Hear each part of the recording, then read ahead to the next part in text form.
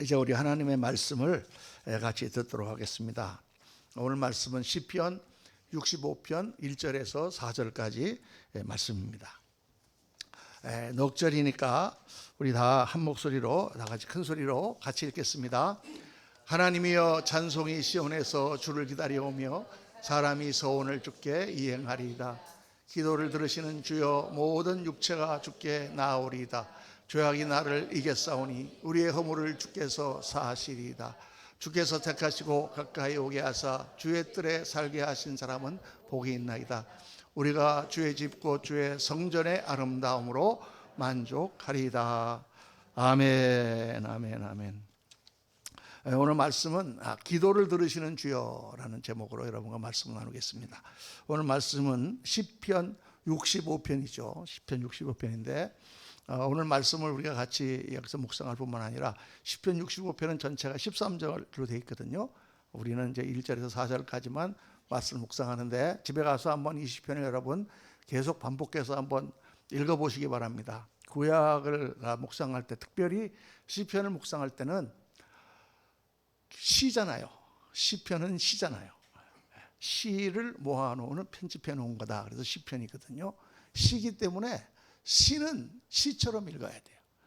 시를 이렇게 막 따지면서 읽거나 이렇게 하면 안 됩니다. 시는 시 같은 그러니까 시를 읽을 때는 그 시에서 그 저자와 하나님께서 말씀하시는 그 내용을 가슴으로 음미하면서 시를 음미하면 굉장히 풍성한 내용이 거기 담겨 있습니다.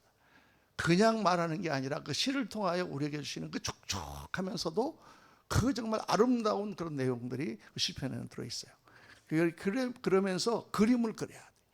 그 축복의 그림을. 시는 그러잖아요. 내 마음은 호수요. 그러면 호수? 물이란 말인가? 뭐 이렇게 따지는 게 아니잖아. 호수의 그림을 확 그리면서 내 마음이 그렇게 넓고 평안하구나 하는 그 그림과 더불어 오는 게 시기 때문에 시편은 여러분 그렇게 묵상하셔야 돼요. 그래서 오늘 말씀도 그런 말씀입니다. 오늘 이 시편은 이렇게 시작하죠.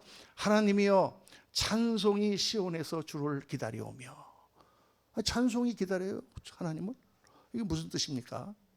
시온이라고 하는 것은 하나님이 계신 도성, 하나님의 도성을 시온이라 그래요. 그러니까 하나님의 도성에서 찬송이 주를 기다립니다. 이 기다린다고 하는 이 말은 뚜미아라고 하는 원어인데 이 말은 침묵이라는 말에서 파생돼서 나온 말이에요.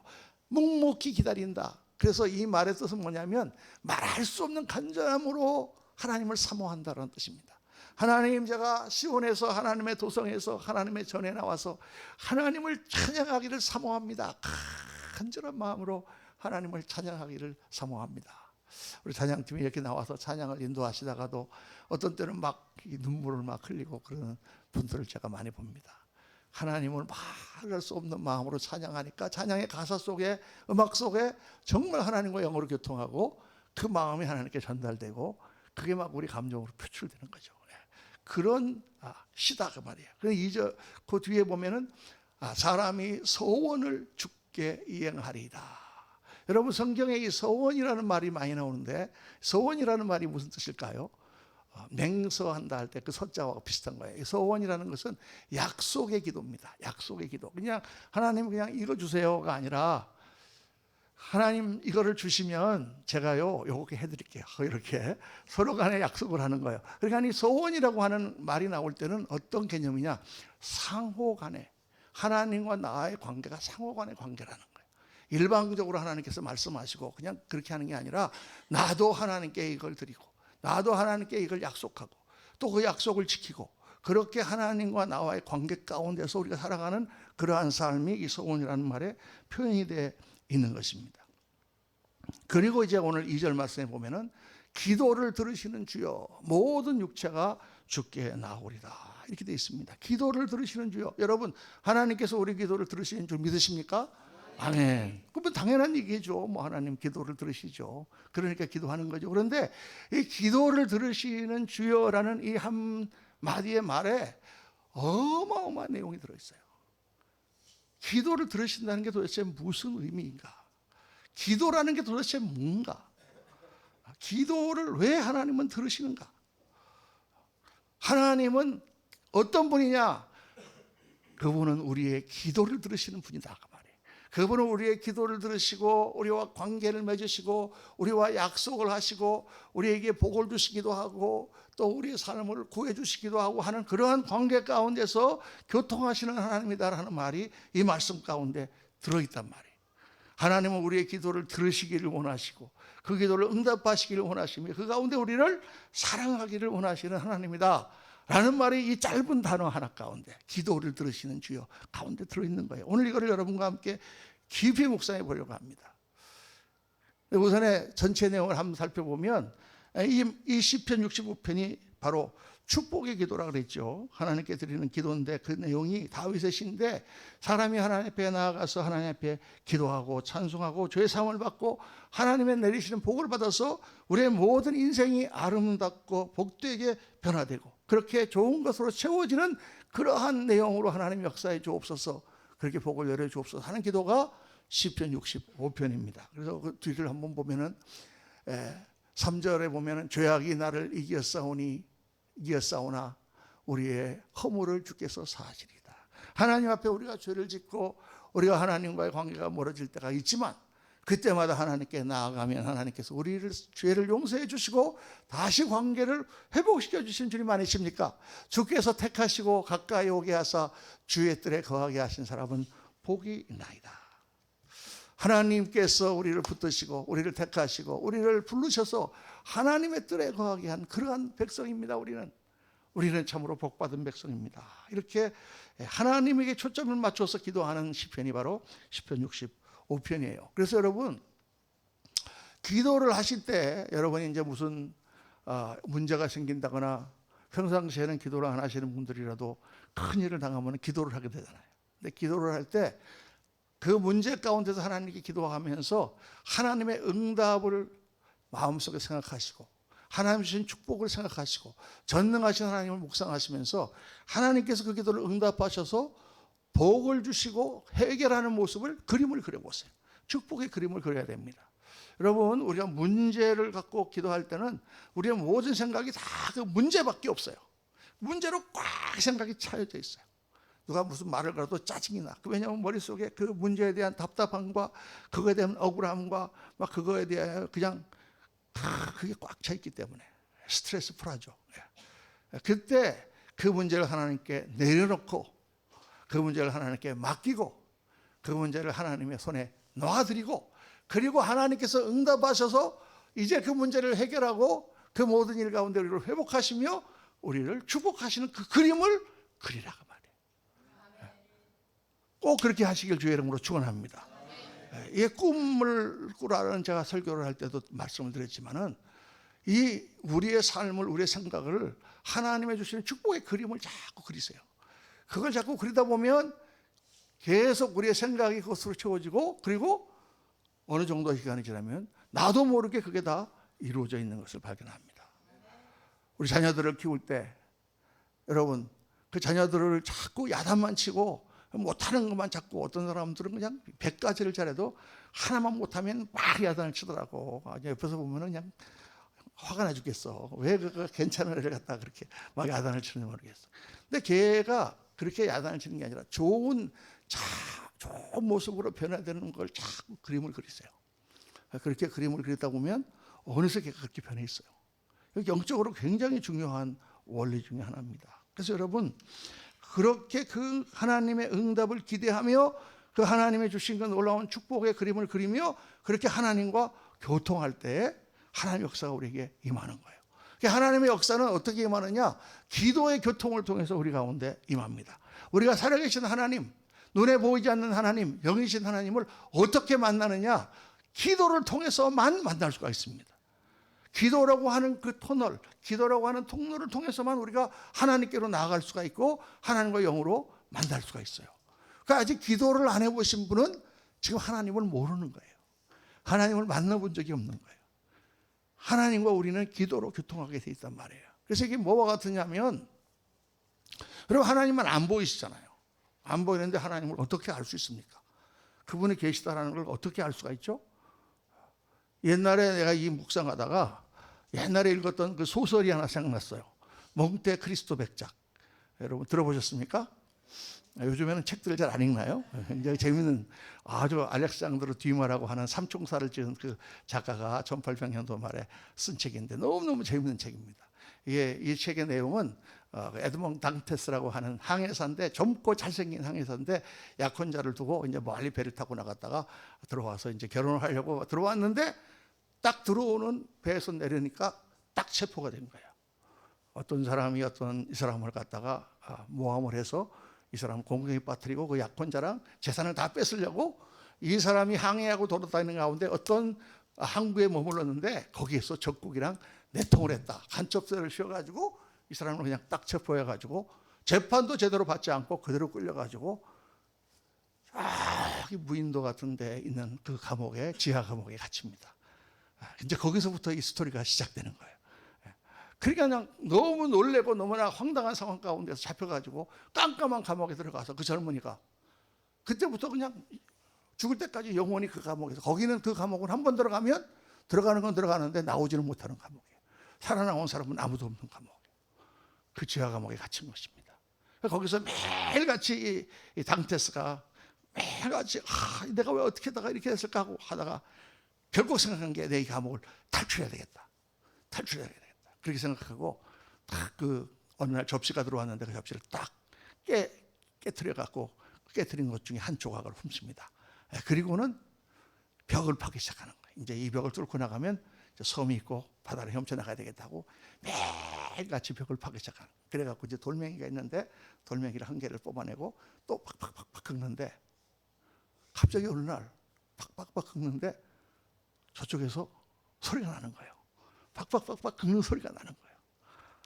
그래서 깜짝 놀라갖고 소리가 나서 똑똑 두드리니까 저쪽에서도 똑똑하고 두드리는 거예요.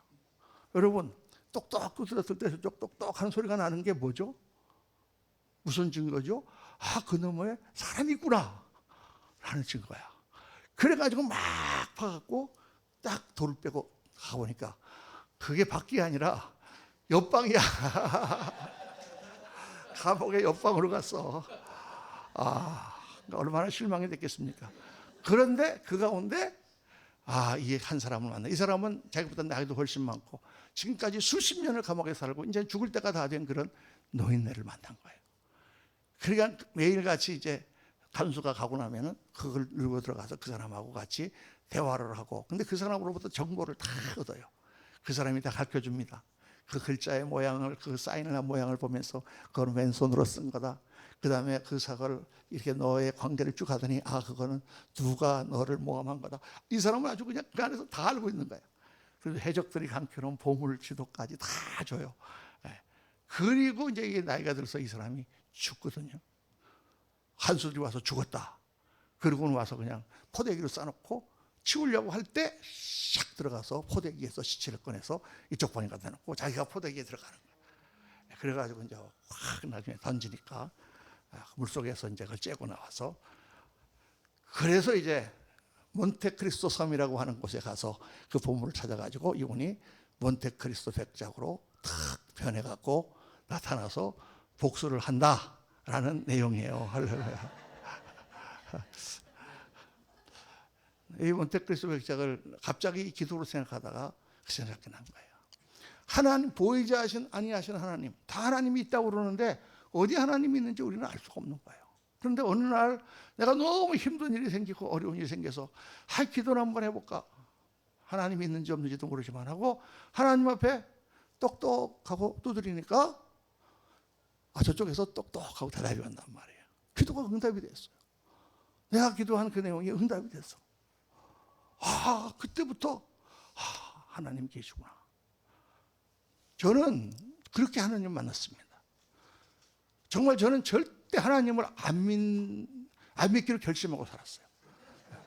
교회를 우리 집사람 때문에 억지로 따라 나갔지만 절대 하나님 안 믿었습니다.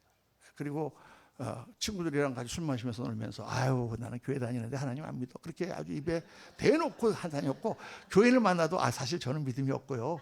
하나님 안 믿는데 그냥 나오는 거예요. 항상 입으로 그렇게 하고 다녔어요. 그런데 미국에 유학 가서 너무 어려운 일을 만나니까 돈은 다 떨어지고 이제는 먹고 살 길이 없는데 다음 학기에 장학금을 못 받으면 나는 한국으로 돌아가야 되는 상황이고, 지금 친구들한테 환송회를 20번도 넘게 받고 왔는데 몇 달 만에 돌아가면 그게 무슨 망신이에요. 너무 답답해서 어느 날 이렇게 찬바람이 부는 어느 날 집에 혼자 와가지고 그 매트리스 구석에서 난생 처음 기도를 한번 했어요. 하나님이 만약 계시다면 하나님 다음 학기에 장학금을 받게 좀 도와주세요. 기도를 했는데 되게 부끄럽더라고요. 야, 남자가 인가 문영준이가 미국 가서 이제는 하나님 앞에 기도까지 하냐? 아마 그런 남자로서의 자존감이 얼마나 상하는지 몰라요. 참 인간이 그러니까 얼마나 교만한 존재인지 몰라. 그랬는데 그 다음 학기에 이거 제가 다 얘기를 할 수 없지만은 이걸 여기를 알고 싶으면은 여러분들이 그레이스 동탄 그레이스 교회 유튜브에 들어가시면 거기 CTS 방송국에서 한 간증의 내용 거기 다 있어. 거기 다 있거든요. 기적적으로 정말 있을 수 없는 그걸로 딱 응답이 된 거예요. 그래서 제가 조교가 돼서 장학금을 받고 돈을 받고 면제를 받고 그렇게 응답을 해주셨는데 야, 이게 하나님이 정말 응답해 주신 건가? 아니면 우연이 된 건가? 그냥 믿어지지가 않는 거예요. 그래도요. 그러니까 얼마나 사람이 완악하면 잘 안 믿어지는 거예요. 그런데 그런 일이 계속되니까 똑똑했는데 똑똑 소리가 들렸는데 이게 사람인가? 짐승인가? 우연인가? 환청인가? 그랬는데 그 다음에 또 똑똑 두드리니까 또 똑똑 소리가 나는 거야. 계속 그렇게 되니까 그 다음에는 부인할 수가 없는 거예요. 그래서 그 다음에 어느 집회에서 제가 하나님 앞에 무릎을 꿇었습니다. 하나님 계시면 저를 좀 만나주시고 제가 하나님을 사랑할 수 있는 사람이 되게 해주세요. 하나님 앞에 기도했을 때 성령이 저에게 임하시고 영이 열리는데 하나님이 깨달아지고 눈물 콧물 그냥 그때 이제 제가 변했죠. 하나님은 그런 존재예요, 여러분. 하나님이 계신 걸 어떻게 압니까? 하나님이 계신 걸 알 수 있는 길이 없어요, 일반 사람은. 그런데 하나님 앞에 기도를 해보란 말이에요. 기도를. 그 기도가 응답되잖아요. 근데 한 번, 두 번이 아니고 계속 응답되잖아요. 그러면 하나님이 계신 걸 부인할 수가 없는 거예요. 그게 하나님을 아는 방법이에요. 여러분, 바닷속에 잠수함이 있습니다. 그 잠수함이 거기에 있는 걸 없는지 어떻게 알아요? 교신을 해보는 거예요. 통신으로 똔똔똔똔하고 하니까 그쪽에서 응답이 오니까 저기 지금 밑에 잠수함이 있다는 걸 아는 거죠. 보이지 않는 하나님, 영이신 하나님은 그렇게밖에 알 수가 없는 거예요, 여러분. 그러니까 기도라는 건 뭐냐면 바로 하나님과 나와의 커뮤니케이션, 소통이에요. 기도를 통해서만 하나님과 소통할 수가 있어요. 기도를 하지 않으면 하나님을 만날 수도 없고 하나님과 대화할 수도 없고 하나님과 소통할 수도 없는 거예요. 그러니까 여러분 기도를 하셔야 돼요. 기도를 하셔야 돼요. 하나님을 전혀 믿지 않던 사람이 어떻게 하나님을 만나는 예수처럼 처음에 하나님께 기도를 시작함으로 말미암아 하나님을 만나게 돼요. 하나님을 만나고 나서 기도를 할수록 점점 더 하나님을 알아가고 점점 더 하나님과 깊이 교통하게 되고 하나님의 말씀을 읽으면서 하나님은 이런 분이시구나 깨달아지고 기도 가운데 성령이 나에게 임하시고 하나님을 사랑하게 되고 하나님 앞에 섬기게 되고 이렇게 우리 삶이 변화가는 거예요. 그 가운데 하나님께서 우리에게 복을 내려주셔서 놀랍게 하나님이 우리를 변화시키는 역사가 일어납니다. 회복의 역사가 일어나는 거예요. 회복의 역사. 저는 이 목회를 하면서 너무 하나님께 감사한 거는 제가 1990년부터 뉴욕에서 목회를 시작하고 정말 예수 믿지 않고 정말 어려운 그런 분들과 함께 교회를 시작했는데 그때부터 지금까지 제가 이 사역하는 현장에 많은 회복의 역사가 일어나요. 정말 그게 너무 감사한 거예요. 성도님들이 오셔서 다 오실 때는 너무너무 곤고한 그런 상황 가운데 오는 거예요. 인생이라는 게 여러분 힘들잖아요. 인생이 지치고 피곤하고 싸우고 자기 욕심 때문에 그냥 불만족스럽고 사람과 사람과의 관계가 이게 계속 안 좋은 쪽으로 가잖아요. 여러분 서로 사랑하고 행복하고 위해주고 그렇게 가지 않아요. 좋은 쪽으로 가지 않습니다, 여러분. 이 세상은 가시와 엉금 길을 내는 세상이고 우리들은 다 죄성 가운데 물들어 있는 그런 존재들이기 때문에 우리가 가서 뭘 만지면 다 그게 안 되고 그게 다 망가지고 그리고 서로 간에 다투고 그런단 말이에요. 같이 친구가 계속 친구로 가는 사람 별로 없어요. 어떤 집을 가봐도 다 마찬가지예요. 다 무너진 부분들이 있는데 와서 하나님의 말씀을 듣고 같이 상담하고 교제하고 같이 기도하는 가운데 다 하나씩 회복돼 가는 거예요. 변화돼 가는 거예요. 하나님 나라의 아름다운 걸로 채워져 가는 거예요. 할렐루야. 그게 얼마나 감사하고 좋은지 몰라요. 그게 목회라고 저는 생각해요. 그래서 이 기도라는 것을 오늘 여러분 다시 한번 생각을 해야 돼요. 기도라는 게 뭔가? 오늘 막 기도에 대해서 다 알고 계시다고 생각하지만 이 기도라는 것은 구체적으로 기도를 들으시는 주여라고 하는 이 말 한마디 가운데 하나님은 어떤 분인가라는 내용이 다 나와 있어요. 거기요. 기도를 들으시는 주여라는 것은 어떤 내용인가? 기도를 들으시는 하나님이라고 할 때 첫 번째가 뭐냐면 하나님은 인격이라는 거예요. 하나님 인격. 인격이라는 건 뭐냐면 자기의 생각과 자기의 뜻을 가진 존재라는 거예요. 제가 인격이잖아요. 여러분들이 저한테 와서 뭐 부탁을 하면 제가 들어주기도 하고 같이 기도도 해주기도 하고 내가 하기 싫으면 안 하기도 하고 그런 내 뜻을 가진 존재잖아요. 나는 기계가 아니란 말이에요. 그러니까 하나님 앞에 기도하는 거는요 기계에다 대놓고 기도하는 게 아니에요. 무슨 법칙이 있는 게 아니에요. 물론 어느 정도의 하나님이 기뻐하시는 길을 성경이 가르쳐 주셨으니까 그대로는 하는 거지만은 그게 꼭 그렇게 하면 그렇게 되는 게 아니에요. 한동안에 우리 1970년, 80년대에 기도 운동이 많이 일어나고 할 때 많은 분들이 그걸 가르쳤어요. 기도 응답을 받는 비결, 기도 응답의 법칙. 그래서 이렇게 믿음으로 기도하면 하나님이 응답해 주신다. 그러니까 너 기도했지? 그게 될 걸로 믿어. 무조건 믿어. 믿었는데 안 됐어. 그러면 뭐라고 그래요? 믿음이 부족하오. 그래서 믿었는데도 안 되는데요. 그러면 헌금이 부족하오.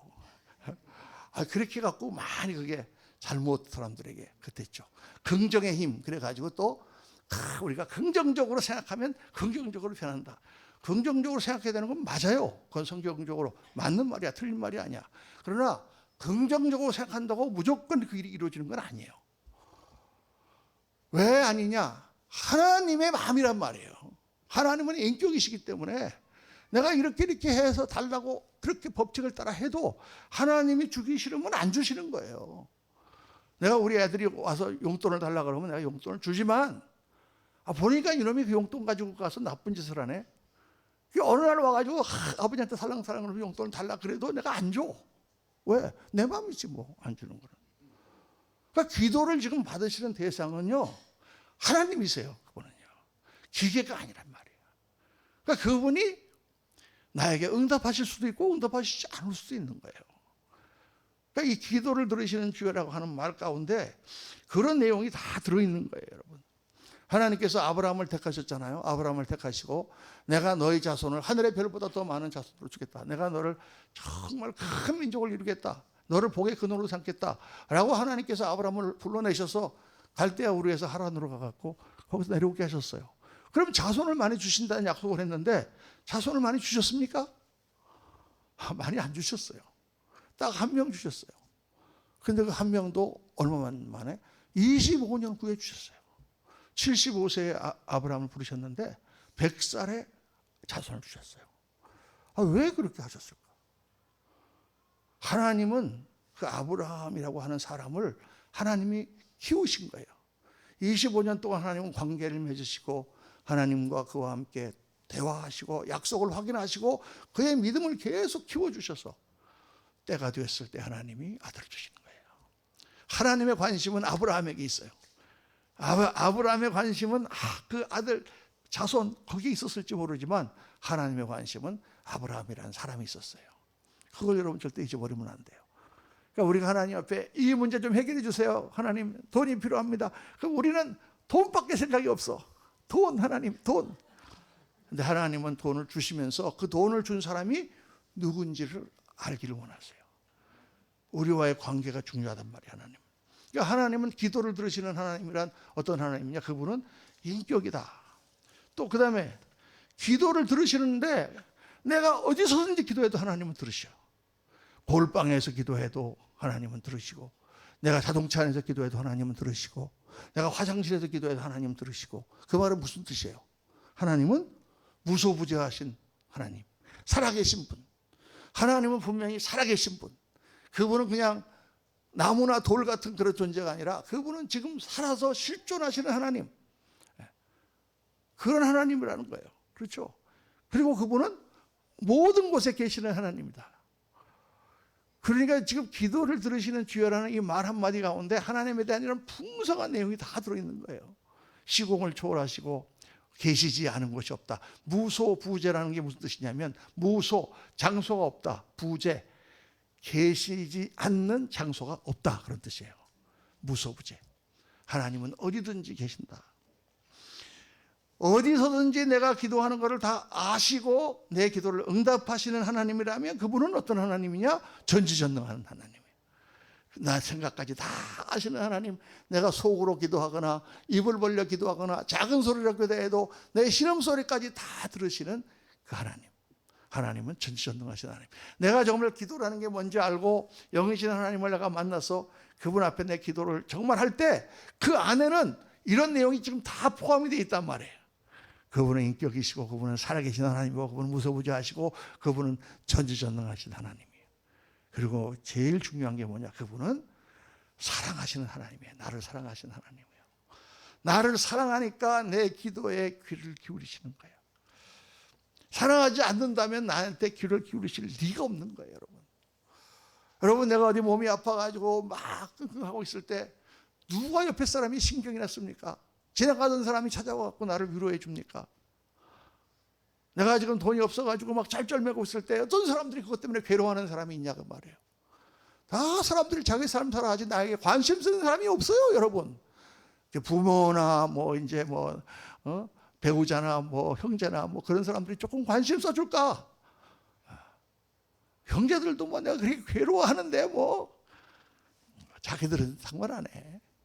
내가 그렇게 쩔쩔매고 있는데 자기들은 다 놀러가고 돈 펑펑 쓰고 그러잖아요, 여러분. 누가 나한테 관심 써서 내가 조금 마음이 상하면 와서 위로해주고 내가 아프면 와서 그걸 치료해주고 누가 내가 어려우면 와서 도와주는 그런 사람이 있냐고 말이에요. 나를 사랑하는 사람이죠. 우리 어머니, 우리 아버지, 나를 사랑하는 사람이 그러잖아요. 우리 하나님은 그런 분이시단 말이에요.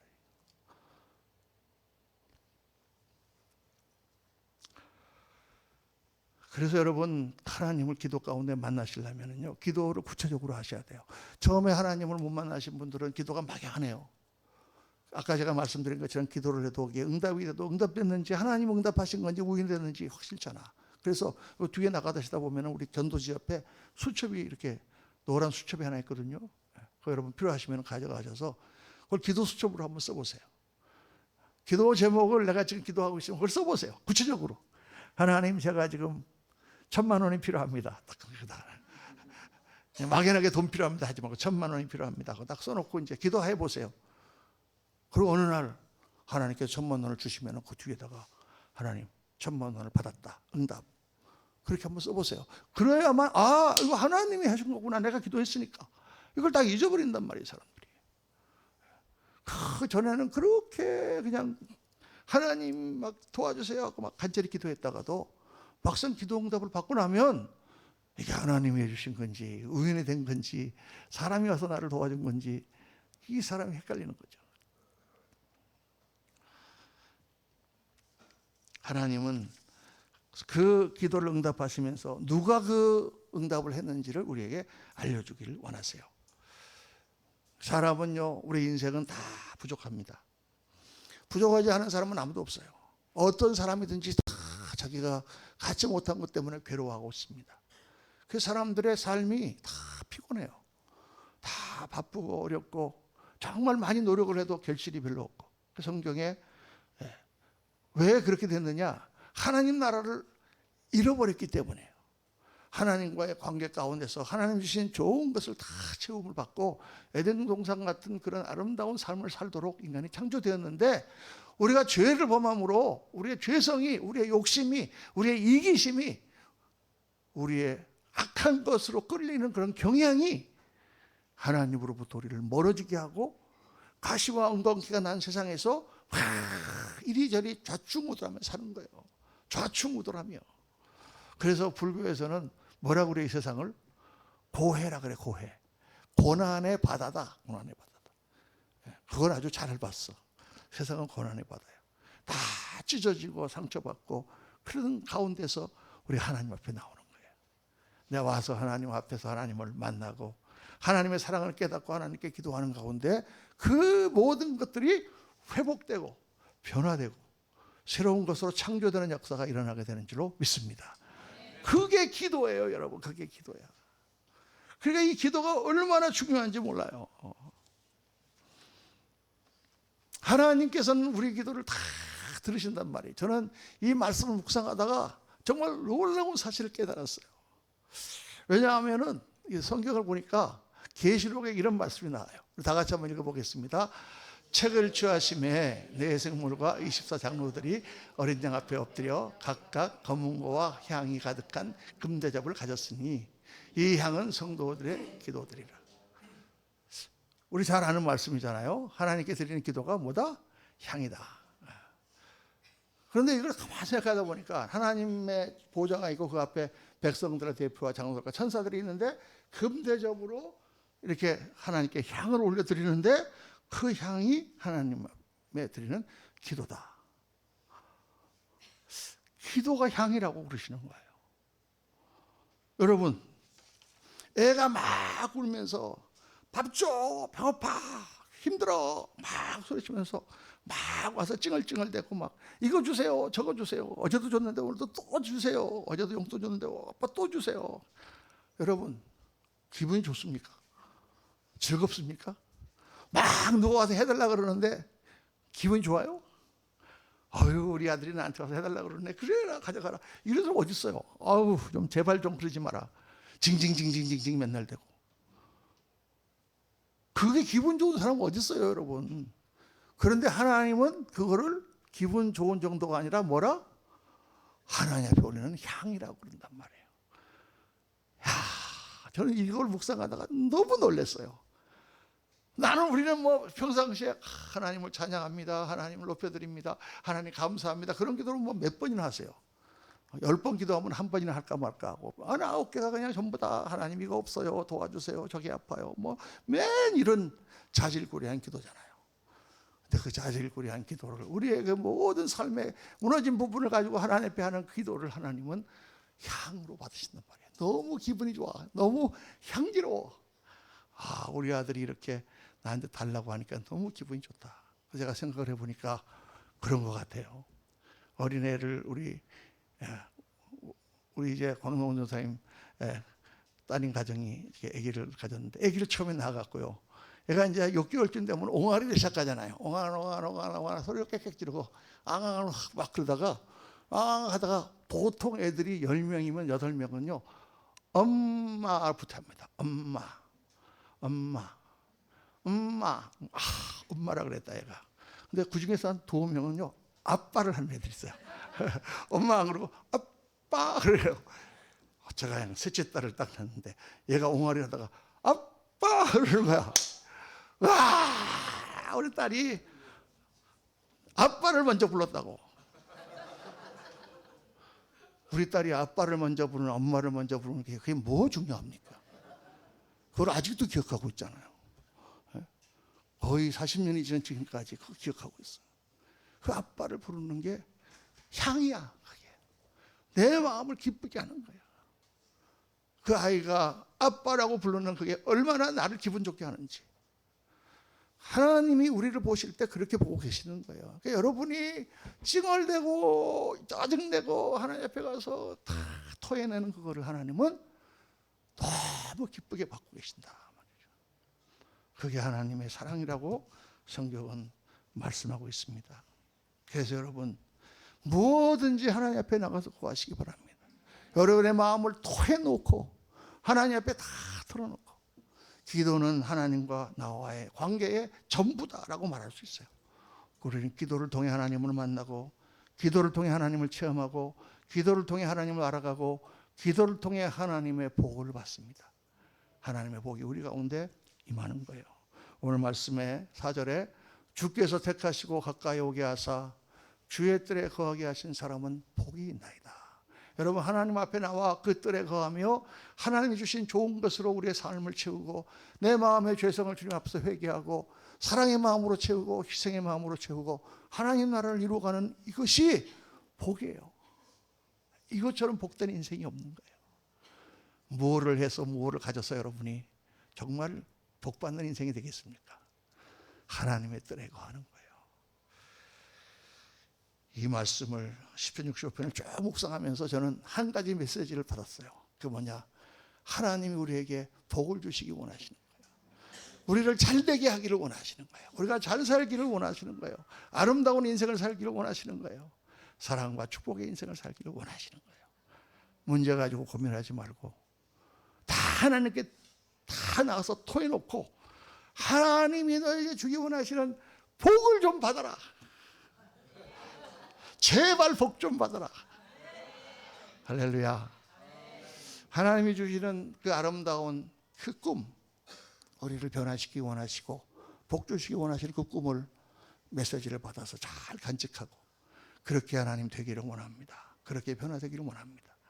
그렇게 기도하시는 가운데 여러분이 정말 주의 뜰에 거하며 하나님의 축복으로 큰 인생으로 회복되시기를 예수님 이름으로 축원합니다. 기도하겠습니다. 아버지 하나님, 오늘 이 아름다운 말씀을 묵상하며 저희들 하나님 앞에 나왔습니다. 우리 다 일어나셔서 찬양하고 같이 기도하겠습니다. 오늘 우리 찬송가 368